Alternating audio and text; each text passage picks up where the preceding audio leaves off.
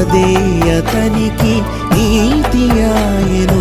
నిన్ను నమ్మిన వారందరూ నీతిమంతులుగా తీర్చబడెదరు. నీతి స్థాపనకై న్యాయ తీర్పు జరుగును, యథార్థ హృదయులు దానిని అనుసరించెదరు.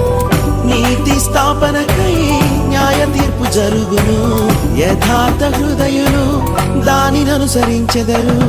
నీతి సత్యము బోధించువాడా, కృపా కనికరం చూపించువాడా.